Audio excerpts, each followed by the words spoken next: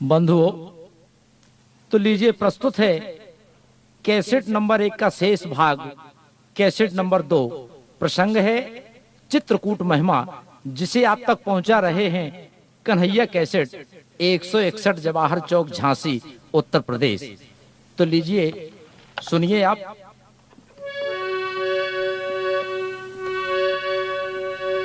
धर्मशील ज्ञानी गुणवंता,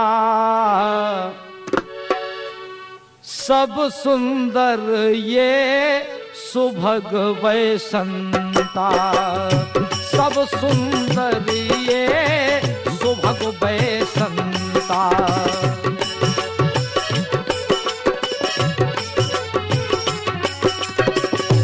हरि अनंत हरि कथा अनंता, हरि अनंत हरि कथा अनंता। कहि सुनहि बहु विधि सब संता।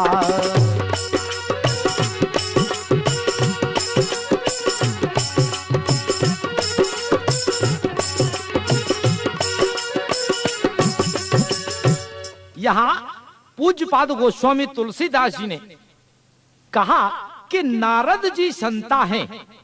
दूसरे संता कौन है? अनंत बलवंत हनुमंत लाल जी भी संता हैं। और तीसरे संता हरि अनंत हरि कथा अनंता, कहाई सुनई बहुविधि सब संता। हम और आप भी संता हैं। यहाँ देखिए, जो मिथिलावासी थे वह भी संता थे, और इधर जो हरि कथा सुनाता है, सुनता है, बोले वो भी संता है। और एक अनंत बलवंत श्री हनुमंत लाल जी महाराज, ये संत नहीं, ये भी संता हैं। देवर्षि नारद भी संता हैं। तो जब महान संत ने देखा कि देवर्षि नारद ने, उन्होंने कहा, अरे जयंत, तूने और किसी से नहीं, भगवान राम से विरोध किया है। अरे देख नहीं रहा, चित्रकूट में उनका आगमन हुआ, समस्त देवी देवता अपना वेश बदलकर उनके दर्शनों के लिए जा रहे हैं, दर्शन करने के लिए जा रहे हैं, लेकिन तुझे मोह हो गया है, तेरा अहंकार है। जो जा, अभी तूने देखा प्रभु का प्रभाव, एक सींग का बाण लगा दिया, उसके डर से किसी ने भी तुझे पास बैठने के लिए कहा नहीं, किसी ने नहीं कहा कि आओ बैठ जाओ, लेकिन अब जाओ और महाप्रभु का स्वभाव भी तो देख लो कि वो कितने दयालु हैं, कितने दयालु हैं। अब उन्हीं की शरण में जाओ। तो जयंत प्रभु की शरण में आया, आर्त होकर के, दुखी होकर के प्रभु के चरणों में गिर गया। प्रभु ने कहा, जयंत, तू मेरी शरण में आ गया है।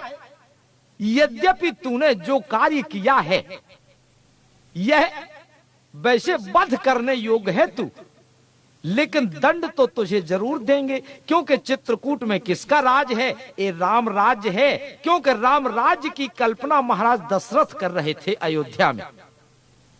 महाराज दशरथ अयोध्या में राम राज्य की कल्पना कर रहे थे, राम को राजा बनाना चाहते थे, लेकिन भगवत प्रेमियों, राम को राजा, अवध का महाराजा दशरथ नहीं बना सके। भगवान श्री राम में बंटवारा हो गया, क्योंकि भगवान श्री राम भी कहते हैं कि मैं राजा कहाँ का हूँ। बोले, देखिए कहाँ के राजा हैं भगवान राम।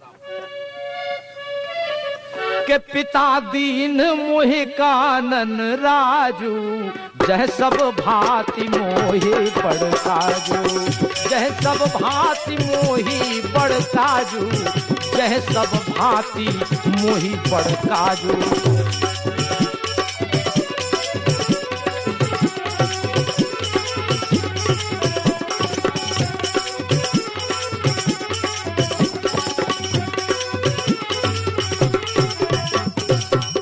सोच रहे हैं भगवान राम कि हमें पिताजी महाराज दशरथ अयोध्या का राज दे रहे थे, लेकिन हम यहाँ हैं, कानन में, इस जंगल में हैं, यहाँ मुझे बड़े भाग्य हैं, बड़ा यही हमारा बड़ा राज्य है। क्यों? कि पिता दीन मोहे कानन राजू, जहाँ सब भांति मोही बड़ काजू।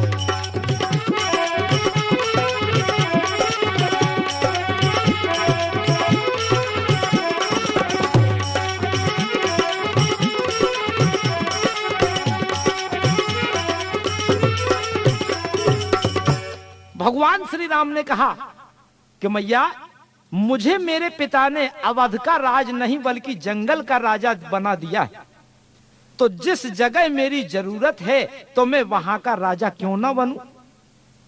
मर्यादा पुरुषोत्तम भगवान राम भ्रमण अन्य जगह करते रहे, लेकिन राजा के रूप में 12 वर्ष तक इसी चित्रकूट में बैठे, क्योंकि इधर जब मेरा काज है जंगल में और मुझे सुपास है तो मां मैं वहां क्यों ना जाऊं। क्योंकि बंटवारा श्री राम के राज का कहां से हुआ, मां गंगा के किनारे से, चित्रकूट प्रांगण से हुआ। जिस समय भगवान श्री राम आए, मां गंगा से इस पार वहीं से बंटवारा हो गया।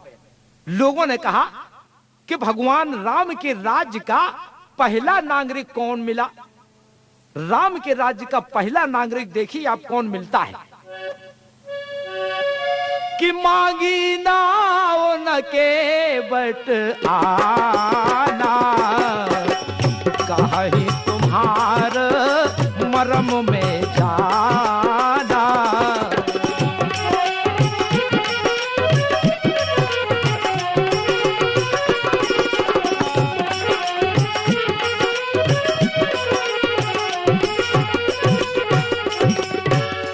बंधुओं, भगवान राम के राज्य का पहला नागरिक, इस जंगल के राज्य का पहला नागरिक केवट है, क्योंकि भगवान श्री राम ऐसे अपने प्रजावासी ऐसे नागरिक नहीं चाहते थे जो डर की वजह से जी हुजूरी करते रहें, क्योंकि भगवान को ऐसे नागरिक चाहिए थे। कैसे नागरिक के जो अनीत कछु भाखो भाई, ओ तो मुहे बर जेऊ भय बिसराई। भय को छोड़ देना। तो पहला नागरिक कौन है? केवट। पहला नागरिक, राम राज्य का पहला नागरिक केवट हुआ। उसके जीवन से भय किस तरह दूर हुआ? इस तरह दूर हुआ कि केवट ने कह दिया, बर तीर मारे हूँ लखन पे, जब लग न पाओ पखारी हो, तब लगन तुलसीदास नाथ कृपाल पार उतार हो।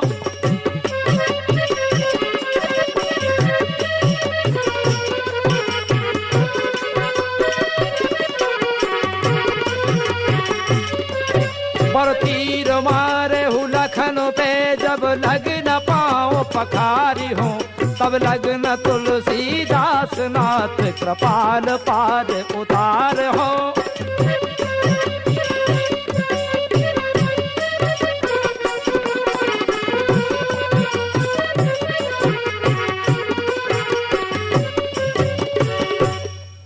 कह दिया केवट ने। केवट ने कहा कि लक्ष्मण, चाहे बाण मार दो, मुझे डर नहीं है मरने का, लेकिन जब तक मैं पैर नहीं पखार लूंगा तब तक यहां से वहां पार नहीं उतारूंगा। ये पहला नागरिक है राम राज्य का। इधर जब भगवान श्री राम आगे चित्रकूट प्रांगण में, तो ये इसलिए ये भगवान श्री राम का राज्य है। चित्रकूट प्रांगण में जब भगवान राम आए, यहां राम राज्य में, और राम राज्य की गद्दी कौन है? चित्रकूट स्थली। भगवान श्री राम वहां पर बैठे हैं। तो भगवान श्री राम ने जयंत से कहा कि मैं यहाँ का राजा हूं, और राजा के राज्य में आकर के कोई यदि गलती करता है तो यदि दंड भी नहीं दिया जाता तो भी अनुचित होता है, क्योंकि राजा का कर्तव्य है कि गलती करने वाले को दंड देना चाहिए। तो यदि हम तुम्हें आज दंड नहीं देते हैं तो लोग हमारे सामने आ जाएंगे, हमें ताने देने लगेंगे, इसलिए हम तुम्हें दंड जरूर देंगे। तो भगवान श्री राम ने क्या किया कि एक नयन कर तजा भवानी, एक नेत्र फोड़ दिया तो हमारे श्री राम इस चित्रकूट के राजा हैं। आप सभी लोग इस चित्रकूट में आते हैं तो हर जगह के दर्शन करते हैं और चित्रकूट की पावन भूमि पर आकर के अपने जीवन को धन्य करते हैं, कृतार्थ करते हैं। तो यही हम ईश्वर से कामना करें कि जैसे हमने आपको अभी बतलाया कि हमारा ये जीवन चित्रकूट में पशु के रूप में, पत्थर के रूप में, चाहे जिस रूप में हो, यदि बन जाता है तो वास्तव में हमारा जीवन धन्य है, हमारा जीवन कृतार्थ हो जाता है। तो धर्म प्रेमी सज्जनों, भाइयों, बंधुओं, अभी आपने प्रभु श्री राम चित्रकूट में पधारे ये पावन महिमा सुनी। लेकिन यहाँ चित्रकूट में कुछ ऐसे स्थल हैं कि जिन स्थलों पर हम और आप जाते हैं, दर्शन करते हैं, लेकिन उनका प्रभाव नहीं जानते। लेकिन चित्रकूट में सर्वप्रथम जाकर के माता मंदाकिनी गंगा में स्नान करते हैं। ये मंदाकिनी गंगा जो अपावन को भी पावन बना देने वाली, कितने पतितों का उद्धार कर देने वाली, जो कभी पाप से कलुषित नहीं होती, ये मंदाकिनी गंगा इसी चित्रकूट में वास करने वाली एक देवी, एक महासती, जिसे आप सभी लोग जानते होंगे, मां अनसुईया। हमारे बाबा गोस्वामी जी ने लिखा है कि इस गंगा को लाने वाला कौन है, क्योंकि गंगा में स्नान में आप करते हैं जिसे कहते हैं भागीरथी गंगा। इतने बड़े बड़े राजा हो गए, तपस्या करने वाले हो गए, भगवान श्री राम के पूर्वज भी ऐसे हुए जो अपने पूर्वजों का उद्धार करने के लिए अखंड वर्षों तक तपस्या करते रहे। लेकिन किसी में वो सामर्थ्य नहीं रहा कि मां गंगा को देवलोक से इस मृत्यु लोक में ले आए। लेकिन ऐसे ही एक प्रतापी हुए महाराज भागीरथ, जो कि गंगा को देवलोक से मृत्यु लोक में लाए।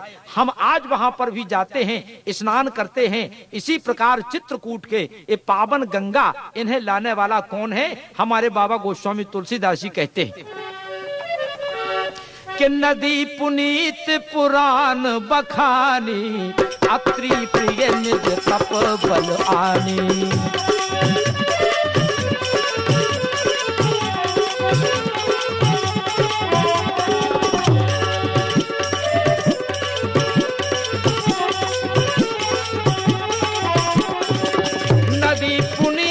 पुराण बखानी, अत्रि प्रिय निज तप बल आनी। सुरसरी धार नाम मंदाकिनी, सुरसरी धार नाम मंदाकिनी। जो सब पातक कौतुक डाकिनी, जो सब पातक कौतुक डाकिनी। नदी पुनीत पुराण बखानी, अत्रि प्रिय निज तप बल आनी।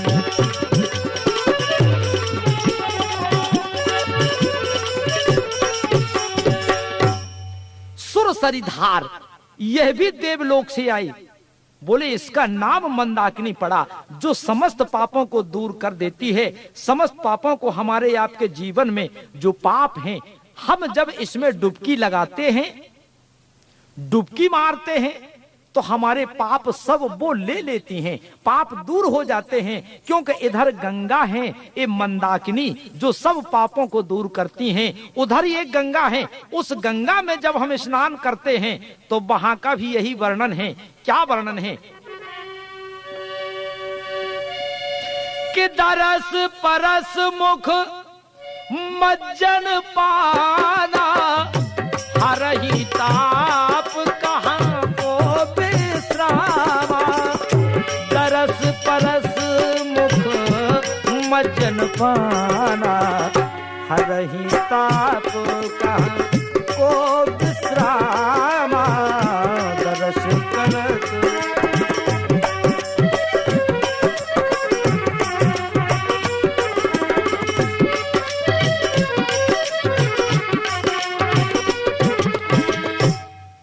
तो कहने का तात्पर्य कि ये दोनों गंगा पापों को दूर करती हैं।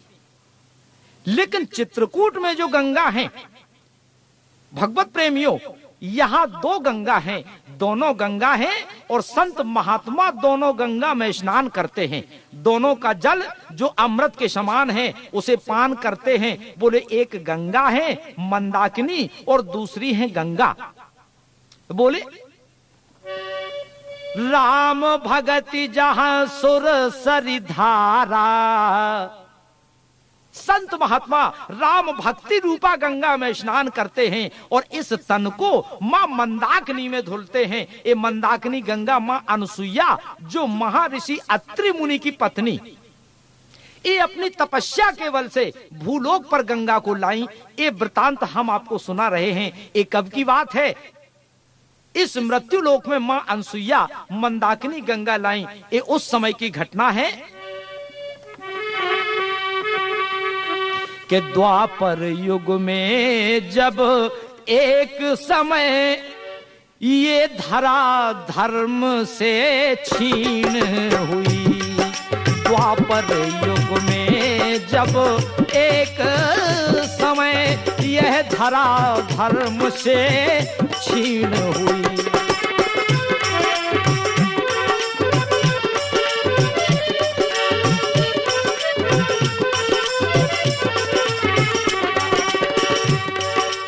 ये दृष्टि बंद हो गई सभी, ये दृष्टि बंद हो गई सभी, ये धान से सारी वसुधानी।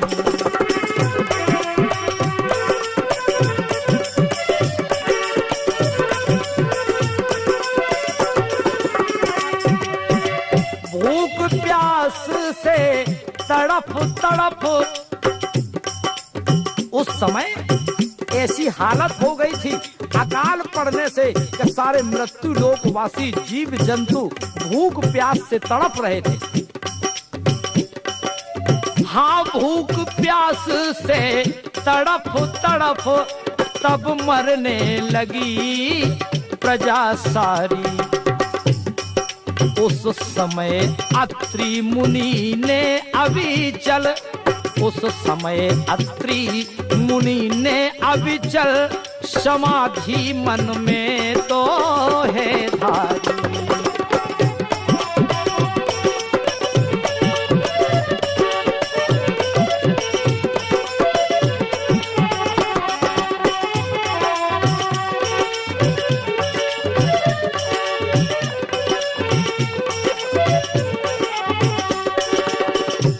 उसी समय महामुनि अत्रि इष्ट का ध्यान करने में संलग्न हो गए, समाधिस्थ हो गए। और इधर मां अनुसुईया क्या करती हैं? अत्रि मुनि समाधिस्थ हैं, सती अनुसुईया उनके समक्ष उनके सामने बैठी हुई हैं। पति सेवारत अनुसुईया भी, पति सेवारत अनुसुईया भी प्रियतम को बैठी झांक रही। मां अनुसुईया झांकती हैं कि ऐसा ना हो कि हमारे पति आंखें खोले और हम उनके सामने ना मिले, किसी वस्तु की आवश्यकता उन्हें पड़ जाए तो हमारी पति सेवा किसी काम की नहीं रहेगी। पति सेवारत अनुसुईया भी प्रियतम को बैठी झांक रही कि कब आंख खुले कुछ बोल उठे, कब आंख खुले कुछ बोल उठे, सेवा का अवसर ताक रही।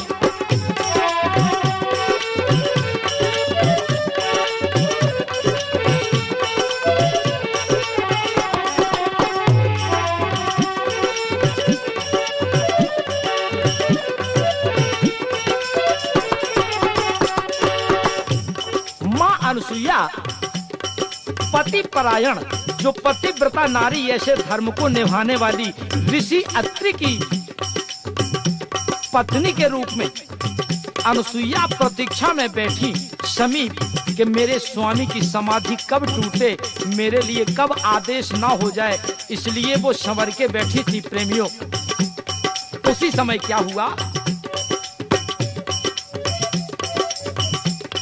कि एकाएक मुनिवर जाग उठे, बोले फौरन पानी लाओ, बोले फौरन पानी लाओ।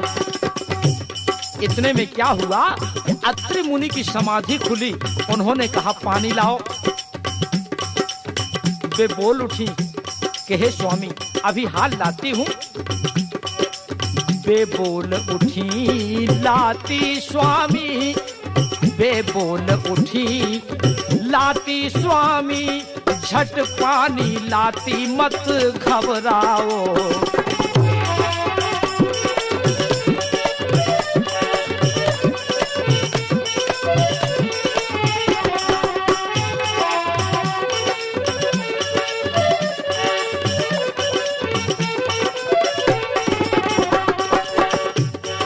देखिए भगवत प्रेमी सज्जनों, यहाँ माँ अनसुईया ने तत्काल कमंडल को उठाया, लिए कमंडल हाथों में, लिए कमंडल हाथों में, बह दौड़ रही थी यहाँ वहाँ।